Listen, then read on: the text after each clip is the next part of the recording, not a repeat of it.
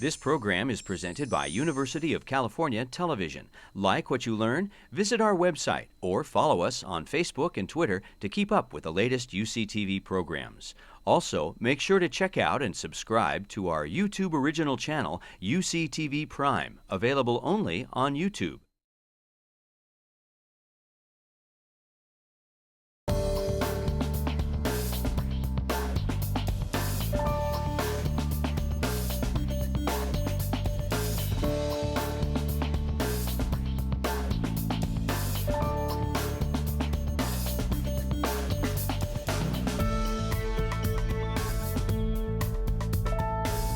My most important role is that of a parent of a beautiful child who was diagnosed in 2000 with 22q11.2 deletion syndrome.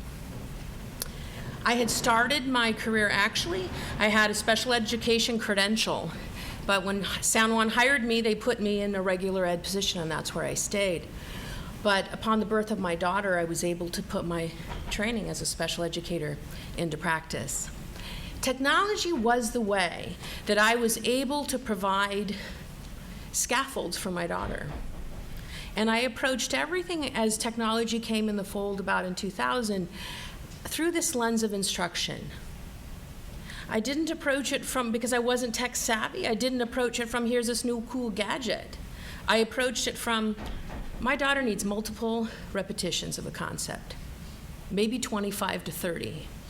And I, as a human being, am struggling to get her to engage for 25 to 30 repetitions. But I found that with technology, I could allow her to engage at a deeper level for whatever reason, which we were still trying to figure out.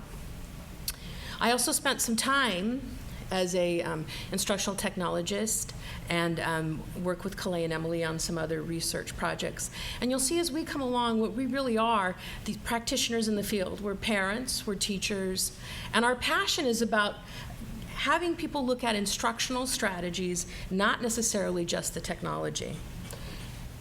But we wanted to start from a lens of action research. So with any good research project, you start with this question, right? Your essential question. So here's where we started.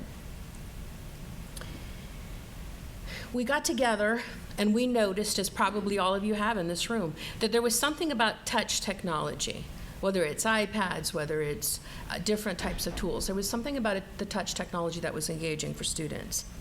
But we also were curious about the ability through app selection to differentiate instruction for students.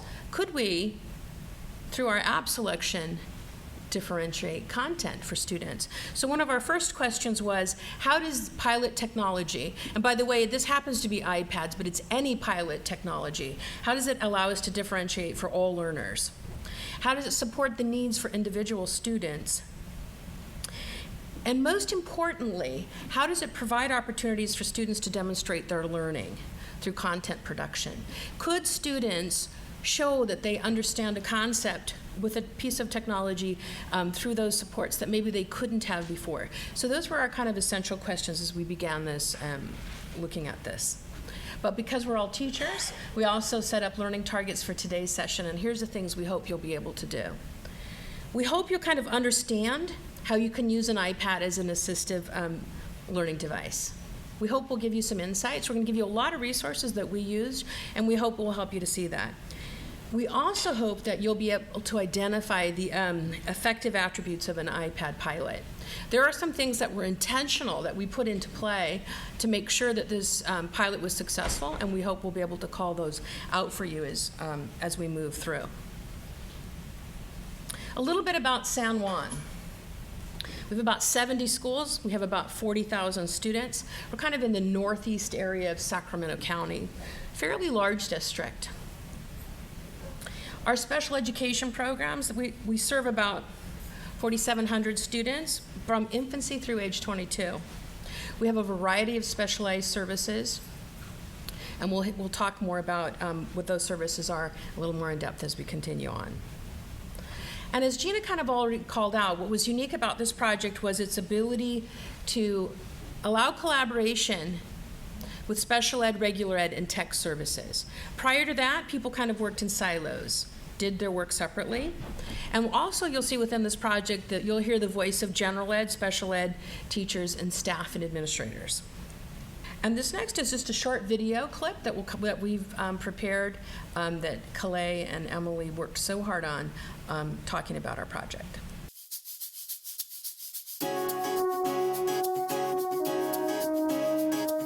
iPads in the classroom has opened up a whole new realm for students. They attach to the technology naturally, so it's opened up a new way for them to be creative and take content and use it really in a quicker, more intelligent, more creative way. I think it's critical. We say that this technology is the future of education, but it's really not. It's the here and now of education. And if you don't have it here, now, your kids are truly falling behind as far as 21st century skills in the classroom. iPads are definitely a phenomenal tool.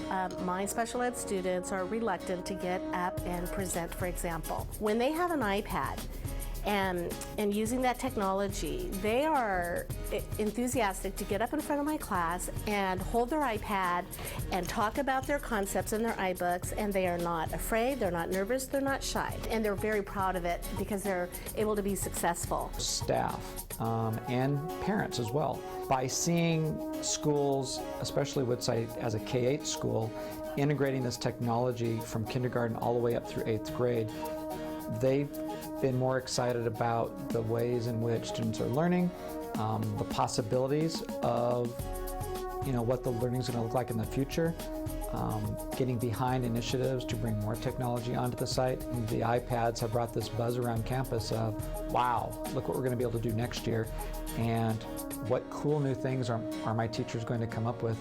Flashcardlet. So open that and you'll get right to here.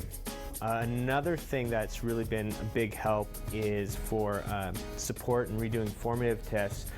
To redo quizzes and tests, as having 100-something students, I wouldn't be able to keep up with the paperwork if I was doing it all by paper. But having it on our School World website, the grades get automatically done. I can go check the grades. They can do it multiple times, and I can put them in my little communal back room with somebody, and they can take them there on their own time where other people are working. So that's been a really big help. We're getting great support from the district to learn how to use them, to learn how to use the teacher aspects. In this program, we're using Khan Academy for teaching math. It has video, it has questions, it has examples, and it also has teacher information. So we can keep track of how many minutes each our students are working. We can keep track of what problems they're working on. Seeing the classrooms that are really implementing the iPads this year, you do not see behavior problems going on. The kids are engaged in what they are learning. So it's really increased, I think, instructional time because you're not dealing with behavior problems, and just getting the students a lot more interested in the subjects because they're using a tool that they're familiar with. Children, I think, see those as perhaps a fun thing to get to use, but everything they're doing on those is extremely educational. It isn't just playing with an iPad. For example, in PE, I went out to watch an iPad lesson, and they were not only checking heart rate, but they were also, at that point, learning how to video each other so they could make sure their form was correct for push-ups and sit-ups, and so there were other applications that they were using. I have found apps that closely fit their goals, and a lot of times they're similar in groups of students, and then each kid knows to go to their app. When it's time for math groups, they have a choice of 2 or 3 apps that those are appropriate for them, and they go to them, and I think it gives them that they're excited about that app. They know that it's the app for them, and it gives them that agency, that control of, I get to choose what I'm learning today, even though actually in the background I am choosing which range of things they're learning. In the past, for my students, their curriculum has looked so incredibly different from the curriculum of other students. And of course on an iPad, what they're working on still is pretty different from what a second grader would be working on, but they're holding an iPad. It looks the same. And what we've learned from this is that one size doesn't fit all. So 2 things have changed. The style of learning has changed, and the style of teaching has changed. Through this process, our teachers have become more coaches and been able to use real-time data to support students in their learning. And students also have been able to assess where they are right here and now and get the support they need. Scoot a little bit closer to Chloe if you could. Go that way. Thank you, honey. Okay, and I'm gonna take her picture like that. At first I thought it was going to be difficult, but it turned out to be pretty easy once you understood the management of it, assigned the kids the numbers and started slowly. I thought it was just an amazing addition to our normal curriculum. We start every day with iPads. When we first started with iPads, we used them in more of a remedial sense at first to shore up skills in reading, practice math skills, which we still do each day. But now we have taught the kids to do a lot of creative programs, which to me has been the most exciting part. I think it helps kids understand the storytelling process. They understand applications between applications. They're able to start in one, end in another, make a little podcast or video. They're able to do a lot of things I didn't imagine kindergartners would be able to do. I try to use them mostly for a production tool. So we use Book Creator, and we did our writing workshop on those. We did literary nonfiction books, and they're awesome. Like little second graders did these awesome books that you would not ever get them to do otherwise, I don't think. I think what it did overall was it just fosters that culture that we have here of each student is an individual learner, that everybody has a different pace that they learn at, differentiation for each student, and personalization is so important for our students that this has kind of opened up another door for us as far as giving them specific goals, giving them a very focused goal. And it's also very entertaining. It makes their academic life even that much better.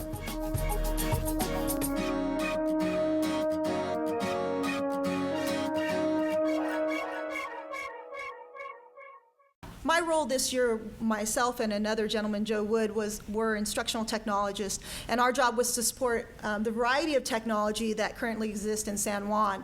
iPads are just one type of technology in San Juan, but as you saw in the video, we have interactive whiteboards, about 900 of them, and a variety of other kinds of technology. All of our teachers have some type of computer, either a laptop or a desktop, to use in their instruction. So we have a variety of things that we're using in our district, and my job was to support that and the instruction in that. So what do we do in the project? Kind of want to give you that high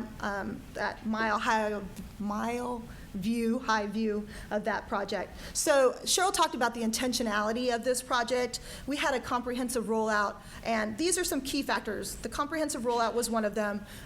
Instructional and technical support. You know, if the technology doesn't work, it doesn't matter how much technology you have in the schools. If it doesn't work, and teachers are frustrated using it, they're not going to use it. And the other part was how to use it effectively in instruction. And then another final key component was professional development, that our teachers had the opportunity to learn with and from each other. They had time for collaboration and time to work with each other.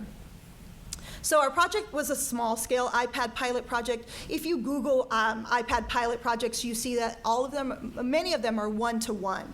So they're rolling it out in a grade level or a couple grade levels, and it's one-to-one. This one was not. It was with 6 schools, and they each of the schools had a class set of iPads and one for the teacher.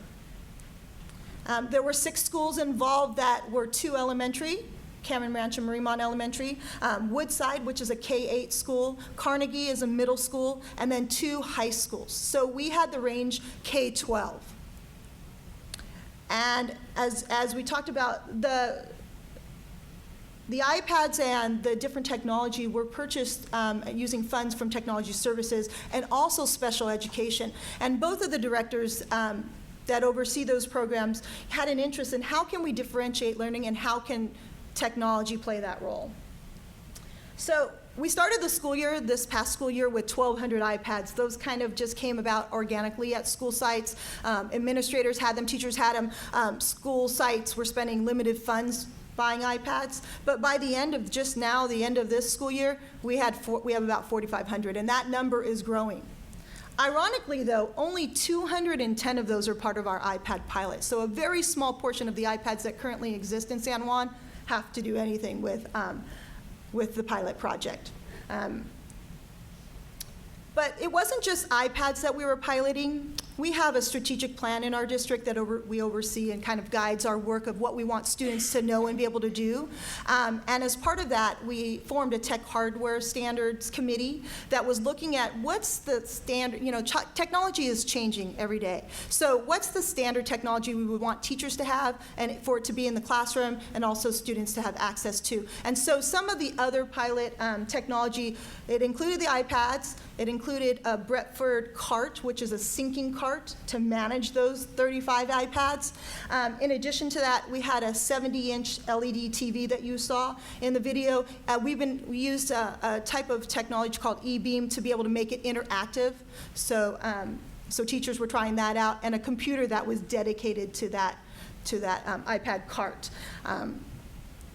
So that's some of the technology. These are some of the special ed programs that were part of the school sites. So we have full inclusion at the 2 elementary school sites. At our high school, we have the only deaf and hard of hearing program in our district. And then some of the schools had resource and learning labs, as well as special day classes, which included an ASD class, autism spectrum disorder, and then an ILS class, independent living skills. So a variety of students were being served through this iPad pilot project.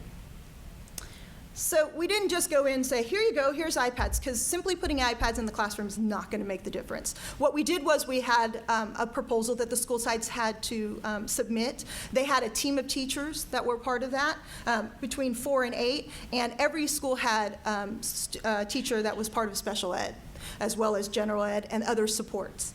Other support teachers and their administrator, and they all had an instructional focus. So each school was different depending on what their instructional focus was. There was, as I said, quite a bit of professional learning that was part of this. Our teachers spent over 50 hours in professional learning. We brought in Apple for 2 days of learning how to use iPads as an instructional tool. They had a monthly collaboration, so they had a lot of dedication. They had to put in a lot of their own time. Cheryl talked a little bit about our multimedia user group. It's a Saturday they give up, and we had a breakout session for them there, as well as myself and my colleague provided on-site collaboration and time and coaching at the school site.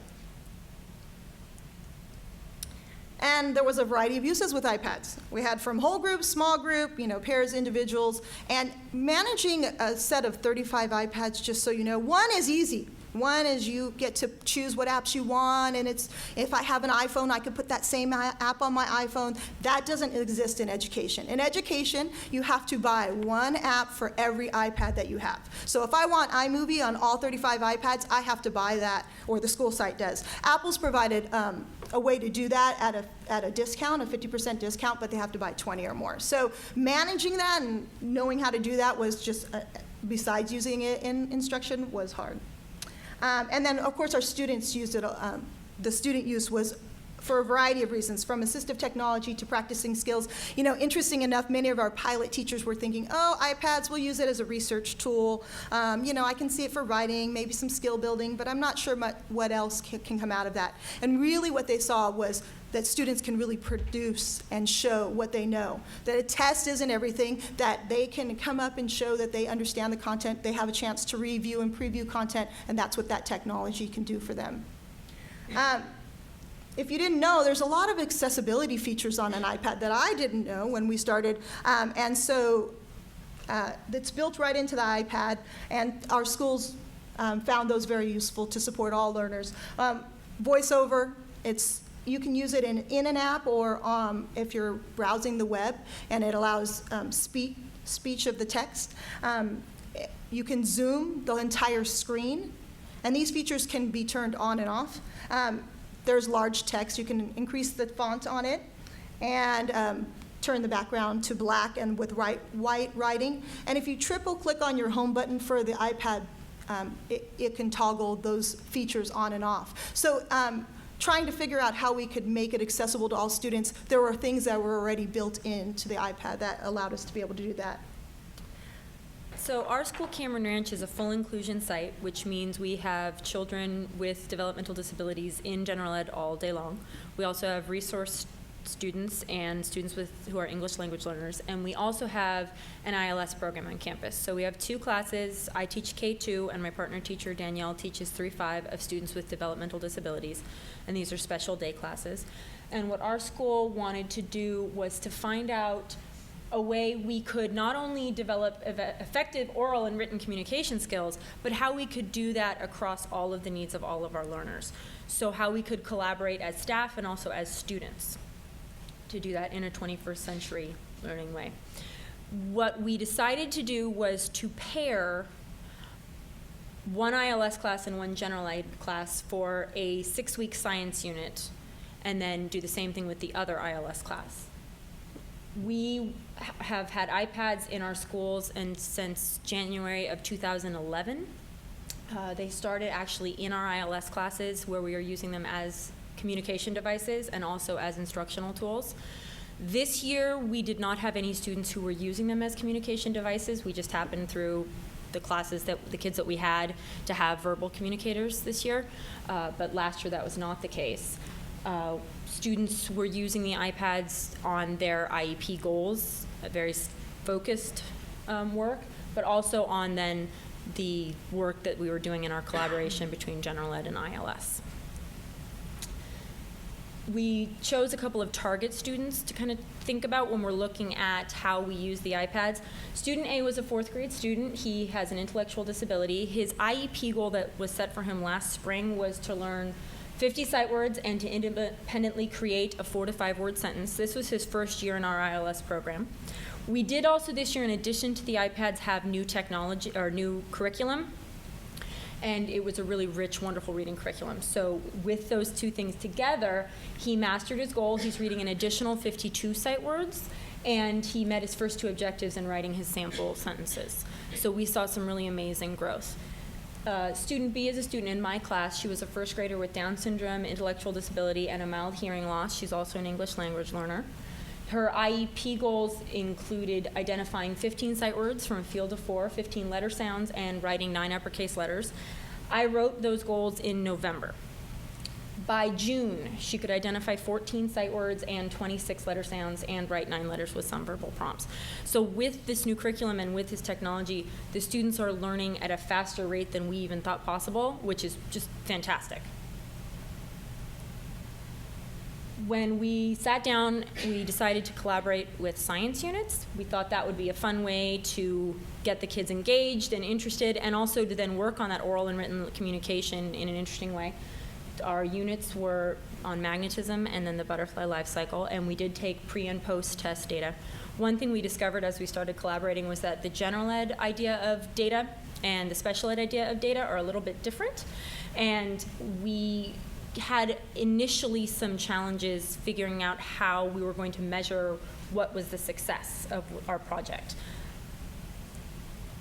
When we were sitting down and planning our units, we were trying to think of what apps we could use, and we definitely used the AT&T code scanner. We created QR codes and had kids scan the QR code, and that would take them to the website that we wanted them to go see, and the kids would then find a YouTube video or a worksheet or something like that that they could learn off of. We also used the camera for kids to record what they were doing in small groups. We used some productivity apps, the Story Kit and the Poplet Lite, to create some really wonderful things. This was especially used in the magnet unit, which was a 4th grade unit. They created some really awesome things with how magnets work. They did experiments. If you would go into that class while they were working on it, the kids would be paired in groups of 2 or 3. It was a mix of special ed, general ed. You didn't actually know which kid was which unless you knew the kid. And they were working together to create really wonderful presentations that they then shared with the whole class. We had, initially when we sat down to plan this, we thought, well, isn't this going to be great? We're going to collaborate special ed, general ed. The kids will have this really fun opportunity, and we'll learn about what they learn with the iPads and also how they learn together. I don't think we really planned out how socially that would be working. We had an idea on how we would do that. We were going to, they all knew each other because they go to school together anyway, but how we were going to do that together. I think in retrospect, that was the richest part of the program, the 2 classes working together in a very interesting way. I was telling Calais that one of the first things I did when I walked into the general ed class with my class was I used sign language in my class, and I taught the general ed kids some of the basic signs they'd probably be seeing me use so that they knew what they were. Well, some of them immediately turned around and started signing to my students, and my students were looking at them like, okay, you're telling me to sit, and I am sitting, so what are you doing? It was very interesting. We kind of had to explain that you don't just sign randomly at people. It's not going to work. But they did get excited in that they could communicate with each other better. My class, because we had iPads already for a year at the time when we started, my kids were very conversant with the iPads. They already knew how to use the iPads. And as a school, we had already come up with common agreements in how we would use the iPads. Every kid knew the Apple Up symbol, which was when we say Apple Up, you turn your iPad over, so the apple is on the bottom is facing up, and that means you're done working and you're listening to the teacher. We also had other agreements about how you would be respectful of the iPad, how you would only use the app that the teacher encouraged you to use. My students are very aware that if I tell them to use an app and I catch them playing Angry Birds, the iPad is gone. It's always Angry Birds, I don't know why. We did have some technical difficulties with getting everything to work, which kind of slowed us down a little bit. I think, though, the really successful part of it was our collaboration between general ed and special ed. Our school has always been a very collaborative school, but being collaborative in a more focused way was very interesting for all of us. From the perspective of a classroom teacher using an iPad, I think that iPads are incredibly motivational. Every kid comes in and wants to use it, from my highest functioning kid to my lowest functioning kid. I had a student this year who was deaf, nonverbal, just came from China. He mostly wanted to use the iPad just to push the home button over and over again, but as the year went on, we kept introducing it to him, and he was starting to use some apps by the end of the year. They really are a very universal tool, and as I said in the little video, I think they're a great tool for creating an equality of learning. They're all sitting and using iPads, and they look like students together, whether they're using the same app or not. And I think it's a great way to get them doing their individual work while working collaboratively as well. One of the best successes, this is one of my students at home over vacation. She is watching the Chipmunks movie on 3 different iPads at once. It's at 3 different points in the movie as well. Her family called her an iPad snob. They bought an iPad 1 for her when she first joined my class. They then later bought a few iPad 2s for the family. She will only use the iPad 2s. The iPad 1 gets left on the table. One thing we did not anticipate when we started using iPads in the classroom was how many families would really take our enthusiasm and take it home. We work at a Title I school, and not a lot of families have a lot of money for an iPad, but now of the 32 students we have in our ILS program, 9 of them have iPads at home that their parents have bought for them. Their parents often ask us what apps we use so they can purchase the same apps at home.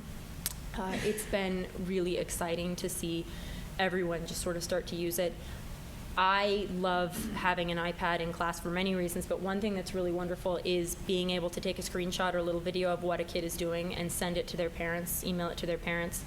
Their parents love it, and many parents have started emailing me videos and screenshots back.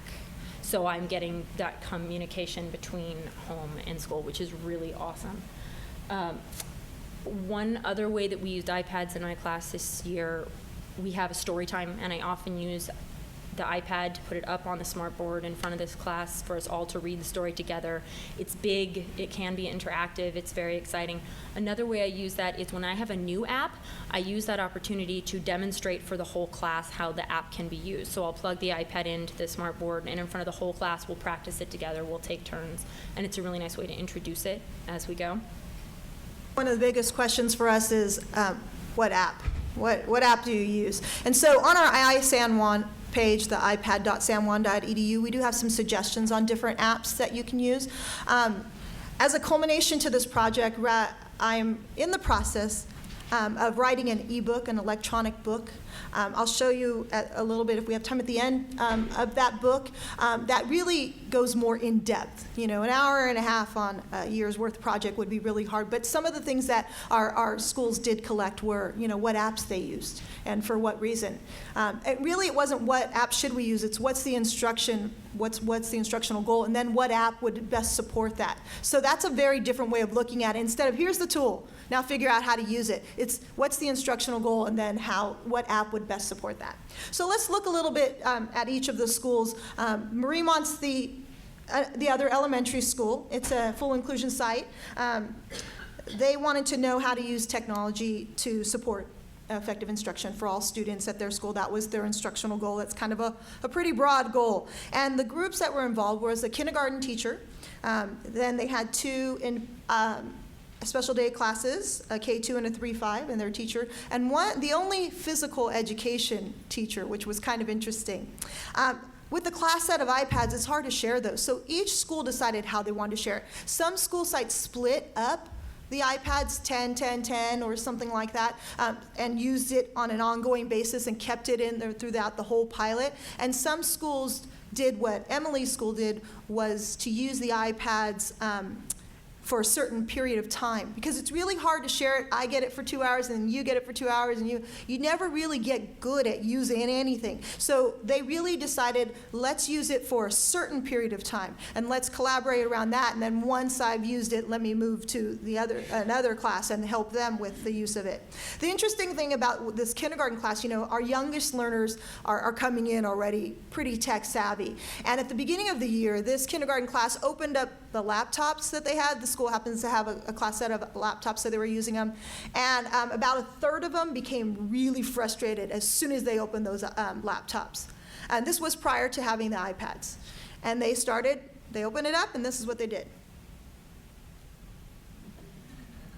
Teacher, mine is broken. And they are familiar with touch technology. So they were frustrated that that was a broken technology and it just didn't work. And really what it was an obsolete technology for the students that were that handful of students that were part of that class. So they were thrilled to be able to use the iPads in their class. Some across the board in K-12, here and this school also, here's some things that they found that were highlights. Increased time on task, whether it was PE, using them in kindergarten, or their ILS classes. Increased motivation, lots of hands-on, and a confidence in students that they didn't see before, an ability for them to demonstrate what they were learning. Here's what some of the teachers are saying at that school, at Mariemont. As teachers of students with autism, we have been able to create visuals for lessons quickly and easily. These visuals are an integral part of our lesson for students with autism. So it's an easy way to bring that visual in and help their students see what they needed to see. The ease of use for the student has far surpassed any other device we have used previously. Using iPads as a motivational reinforcer helped get students excited about learning, excited about using iPads, and in turn we saw a direct correlation with increased positive behavior. The teachers that were part of the special day classes, one of them said that they had an IEP meeting and they met with the parents and they said, now we have a recreation goal that we added to your child's IEP, and the parent said, we've never had a recreational goal. And they said, well, the iPads have been that motivational for your student, and now they're using it to help, that they have to earn that use of the iPad, and that was something that was motivational to them. This is an app that that class used as an augmented and alternative communication device. They said touch chat. Some people use Proloquo, but they really liked touch chat in their class. They said it was easy for students to use. They could add different pictures for their students, of their students that they took with the camera or with the iPad, and they could easily create vocabulary and things. So this was an app that the teachers really used, and that school they did use it for communication. So that was Mariemont, just a brief overview. By the way, for Mariemont in the elementary, the PE teacher used the camera tool a lot because there's not wireless, and if you want to go on the internet, you need the wireless, so there's not wireless out on the PE playground area. So instead, what they did was, they were doing different exercises, and they were making sure their form was correct. And the teacher said, oh, we could just easily film them. And when they filmed themselves, then they self-evaluated, and they were peer evaluating each other and saying, okay, I really did not do a great job on that push-up. I obviously need to work on that. So some simple tools like the camera just really added to the use of iPads for PE. Woodside is a K-8 school. Interesting enough, Woodside piloted iPads, but they also piloted another technology called Google Chromebooks. Google Chromebooks is a laptop that's a web browser, and it doesn't have any hardware or software that you download. It's just web browsing. And the teacher that was using that was using it in 7th and 8th grade class for writing. And the ease of use of the Google Chromebook, they could easily get online. And they were able to write right away and use it very easily. And the iPads, it was a little harder to get started. The managing of it, finding what apps, those kinds of things was just a little bit harder. And the teachers that were part of the iPad pilot said, I don't want the iPads. I really think I want Google Chromebooks because it's so easy to use, and I'm frustrated with using iPads. And when you talk about a pilot means that you're really testing it out. And that we really tried to put that in the minds of our teachers, that there's no answer, there's no magic person saying, this is how you use it. It's you on the ground floor using it and then finding out what works and what doesn't. So they have since changed their mind, and they now find that the iPad has been invaluable, and they would not trade them. They were looking at it and how to use it for student writing specifically, and to support balanced literacy.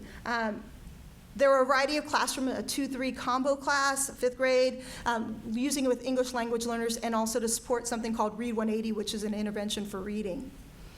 Some highlights: they could differentiate instruction very easily with the iPads. It definitely increased writing and engagement. The students created in a 5th grade class, for example, they have to do a state report, which is not very exciting.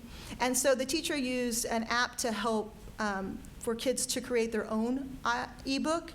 And because they had shared iPads, they had to create it together and collaborate. It really fostered a sense of collaboration at the school, and also in that 5th grade class. They were pen pals with a basketball team in Alaska, because the teacher's daughter plays basketball for the University of Alaska. And so they had a real reason to write. And so they created the ebook based on the state that their basketball player, their pen pal, was from. And they wrote a story, a narrative, but they embedded real facts about the state. They only have 12 iPads in that classroom. They split them up into different sets per the different teachers. And so they only wrote about 12 states in their books. Well, during their free time, these 5th graders saying, you know what, we don't have 12 states, we have 50 states. So could we write some more books? And during their free time, these kids were writing more books. At open house, they were sharing them with their parents. And when we had that kind of enthusiasm about writing, which kids initially were saying, I hate writing, I dread writing, it's so hard. There's something there. Here's what some of the teachers were saying in the 2-3 combo class this year. It gave the teacher an opportunity to meet that wide range. 2-3 is a huge range, so they could really meet the needs. It increased student voice, motivation, engagement for what we want our students to be thinkers, but we also want them to be advocates for their learning, and that's really what the iPad gave them. Here's some apps they use. One is called Sonic Picks. They created podcasts. The other one is Book Creator, where they made their books for their state reports. Well, nonfiction, literary fiction. Here's some examples. Some of their English language learners also made some books. Here's an example of their ebook. This student was a newcomer this school year to the United States, and was writing some information about their life. So it was easy to embed pictures. In this particular book, you can also embed sound, so they were able to talk in there. Here's the same book. Hi, I'm Cameron. I'm Nick. And I'm Veronica. Welcome to our podcast. Today we are going to tell you about homophones. Homophones are words that sound alike but have different meanings and different spelling. 2 examples of homophones are wail and wail. Wail, W-A-I-L, is screaming. This is a photo of a kid whaling. Whale. W-H-A-L-E. This is a photo of a killer whale. So remember, homophones are words that sound alike but have different meanings and different spellings. What? Dismiss. And that's a podcast, so it has visual, but they're talking in it. They had to really collaborate together, and of course, this time they were talking about home phones. The nice thing about this is that the teacher also has a website, so she was able to post that on the website for parents to access. I think sometimes parents are looking, as Emily said, for a glimpse into what their child does every day, and they don't always get to see that, and the technology allows us to be able to do that. Here's some data also. So English language learners, there's a test they have to take called a California English Language Development Test, and these are some scores. There's a teacher there that supports English language learners called an ELIS, an English Learner Instructional Specialist, and she works at 2 schools. One has iPads, Woodside, and the other one does not, Lycan. And so out of a sample of 5 students, the top score, the students all started about the same level, level 2, level 1, and then in the school that didn't have iPads, about the same level. And here's the reading level at the end of the school year from 14, 16, 10, 10, 15, these are different reading levels, to 2, 6, 3, 4, 16. The students who were using iPads had made an incredible growth. Is it the iPads in and of itself? I would say no, it's not just iPads, because just giving a teacher an iPad does not make good teaching. What makes good teaching is the support that goes along with it and learning how to use it instructionally. They use something called TumbleBooks. It's fairly inexpensive. It's an online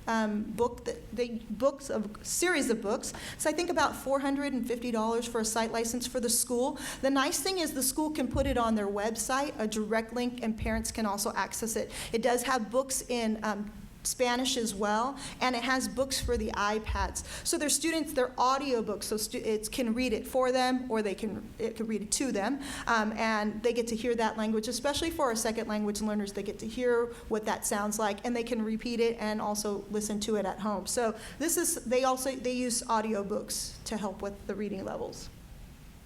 And they also use the accessibility feature, the voiceover, so speaking the text for the students, so that when they were surfing the web or they're using an app, it would speak for them. It does kind of use that robotic kind of voice, but it does talk for them. And for the 5th grade students, here's an example of what one of the 5th grade students said about writing and using it with iPads this year. They said, I just got hooked on writing more because of the iPad, because of how cool and awesome it made writing more inspiring to me. But kids from next year, if you're reading this, you guys are going to have a wonderful time and also a great experience for you guys. Have a fantastic time with working with the iPad, making writing interesting, So, I mean, that's from the voice of a kid that's saying, I didn't really like writing, and now they're saying, I love it, and it's made a difference, and it's interactive, and it's a way that I can learn. It's meeting different learning styles. So Carnegie is the middle school that was using iPads. They used it for a variety of subject areas from history, math, language, arts, as well as they had a technology elective. Here's the classes they were using it, and they had some ILS classes using it as well. Some highlights for them is they felt that it really enhanced the 21st century learning skills. We talk about 21st century like it's new. We're the 12 years into 21st century, but the teacher talked about it. He was the teacher from the school was the first one on the video that said it's the here and now of technology, not the future of technology. We're using it here and now. They did a lot of teamwork and collaboration, and that school wasn't necessarily one that did a lot of collaboration initially, but it really brought that enthusiasm to their school, and they used it in a variety of settings. So the administrator is saying some things about it. As an administrator, it's been a very exciting experience to watch the enthusiasm of having an iPad pilot on your campus and expanded from just a few teachers to the whole school. And many of our pilot schools this year will be having what they call demonstration classrooms. So they really just got started using, and they started finding their stride, and then the school year ended. So instead of just letting anybody use the iPads, for right now, they're still going to be using it so that they can continue to learn about how to use it better, but then other classroom teachers can come in and use it as well. As teachers and students have become more familiar with using this tool, it's easy to observe how comfortable many have become with making a part of their planning, teaching, and learning every day. And they weren't, they had another tool in their toolbox to use in the classroom. They used Comic Life, and they used it to create movie posters for the content they were learning about. Here are some examples from students. They were learning about Lewis and Clark, and this is a collaborative movie poster that they created. And it was, because it's comics, who doesn't love comics? They loved it, and they were just really excited about showing what they know in a different way. And here's another one about Theodore Roosevelt. So students, what did you like most about using an iPad? In that lesson, the Comic Life, almost 46% liked that they could access information readily. 30% liked the interactivity, and 20% liked learning at their own pace. There were only 4% of the students that said, I didn't really like using iPads. But a good portion of them, they get to choose why they like and what they like about the iPads and to demonstrate their learning. When we get into our high schools, they targeted some groups that have been traditionally failing some subject areas. In this particular high school, Del Campo High School, it has about 1,900 students. And in some high schools, we don't necessarily mainstream. Our students are pulled for different subject areas. In this particular case, they mainstreamed for science. They were trying to close that achievement gap for students who have traditionally failed science. And they used it in the integrated science class, and their special ed teacher created a science and learning center to support the content that was being learned in the integrated science classes. Some highlights of this was it increased student achievement. So they looked at students who were special education students. They scored far below basic on standardized testing. And previously failed, had a D or an F in science. These were 9th graders, so in middle school they failed science. And they were co-enrolled in the Science Learning Center, 100%. Now this is a small number. We're talking about 12 students, something to that effect. 100% of those students who were in the science lab and integrated science classes had a C or better. So we have kids who traditionally have failed science are now passing and wanting to continue to take science, which is also what we want. Here's what the special ed teacher that was part of the Learning Lab had said. I attended somewhere around 54 hours of training, including a Saturday MMUG training. I found the training invaluable to the lack of my knowledge in technology. I went from using an overhead to a 70-inch computer screen and student iPads. Now this teacher, the first day I walked in and said, hey, here's your iPad. She said, I don't think I know how to use that. I said, well, that's why we're part of this pilot. You're gonna get to use it. I said, do you have an iTunes account? I really don't know what you're talking about. To now, I know exactly what you're talking about. I know why it's going to make a difference for my students, and I see how it has made a difference. To now, the spokesperson at the school saying, okay, iPads are making a difference. And the training that goes with that. They used iMovie. The science teacher, David Idem, he's a great teacher, but was saying, I think iPads, I'm going to use them for research. And he soon found that really he needed to use them for more. So students did use it for research, but then they started creating their own iMovies. I am an instructional assistant. I assist the learning or helping students that are being integrated from special ed into regular ed classes.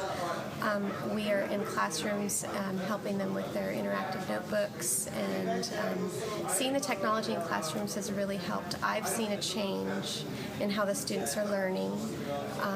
They are able to advocate for themselves. We're teaching them how to be able to get in there and look for themselves what that homework was, or how did they do on that test, or how can I access that information that I didn't get when we were taking notes, because our teachers are so good at putting that all on the websites for the students and showing them how to get there, and it's been very educational for myself as well to see these students blossom.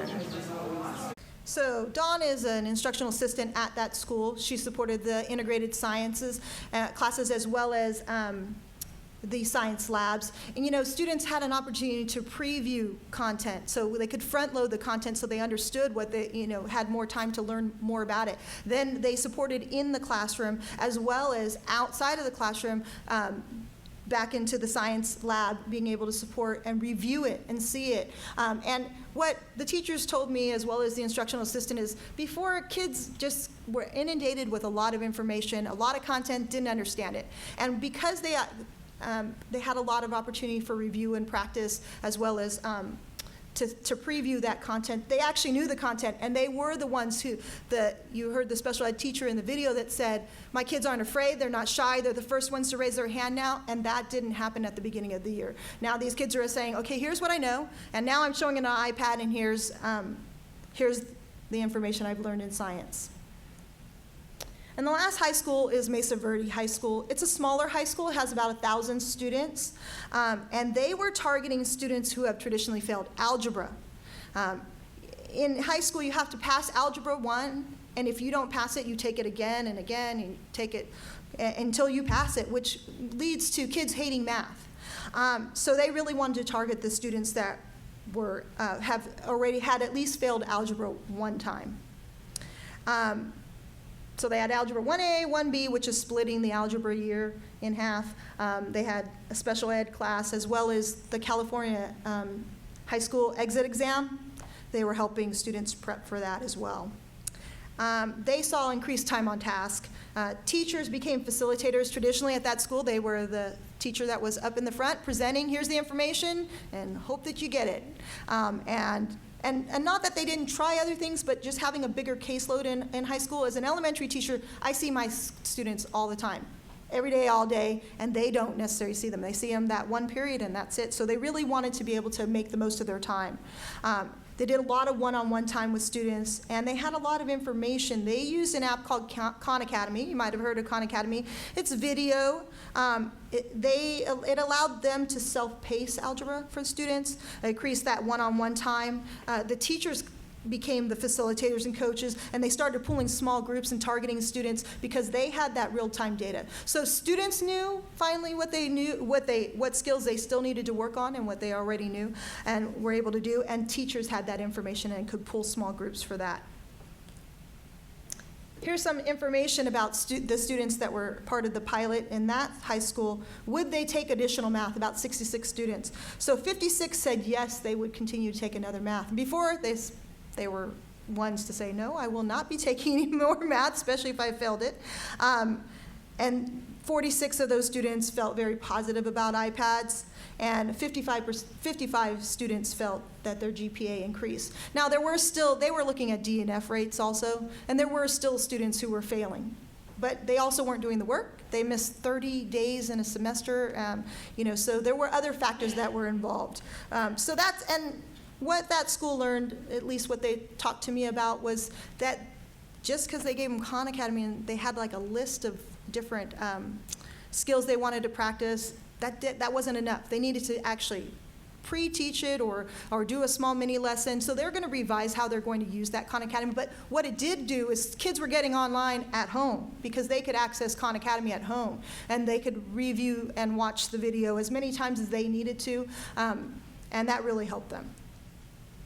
So here's what we learned from the pilot, that this iPad is a multifunctional tool, and it's a great resource for teachers and students. You can use it as a textbook, for audiobooks, you can use it as a calculator, to research, and at a smaller, much less cost than putting all those different tools together, and it's in one area, one tool. In addition to that, it is critical to have ongoing training and support. You cannot just put iPads in the classroom and expect that it's going to change the way in which your teachers are teaching and the way your students are learning. That they have to have support, and it has to be ongoing support.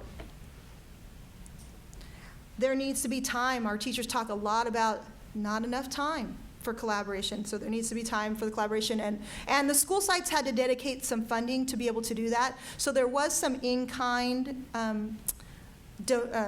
expectations from the schools. They had to put $1,000 aside for apps, as well as to be able to provide funding to have sub-release time for their teachers. They had 2 sub-release times to have the Apple training and 2 sub-release days, the whole day, for them just to collaborate together as a team, which was essential and critical to this pilot. And also a big one that you have to learn with and from your students. Some people weren't open to that, and you really have to take those teachers who are willing and the students and be open to students showing you that what they know. And the productivity and skill building apps, the productivity apps were key that we didn't really think of initially. We were like, oh, there's an app for that skill, but instead it was, here's an app like iMovie or like the Book Creator, and here's what students can do with that app. And we didn't really know that at first. What we gained, we have teacher leaders now, and we have model classrooms. As I said, we have 4,500 iPads now in our district, and that number's growing. So now we have some places, grades K-12, that we can send teachers to say, here's what it looks like, or for them to see some video that shows how it's being used. We are able to personalize instruction and learning for our students, no matter what their learning needs are. Increased time on task, who doesn't want that? We want our kids to be doing what we want, to stay on task, and that's harder and harder with a bigger class size. Increased student engagement, and a decrease of behavior problems across the grades, K-12, where iPads were being used. And here's some next steps for our school district. Going to continue to have model classrooms at those pilot schools. The pilot teachers will then be our mentors and provide training, kind of a train the trainer model for other school sites and their own school site, and have ongoing professional development that will continue in our district, even though we have some limited funding, using it as well as we can to provide that support.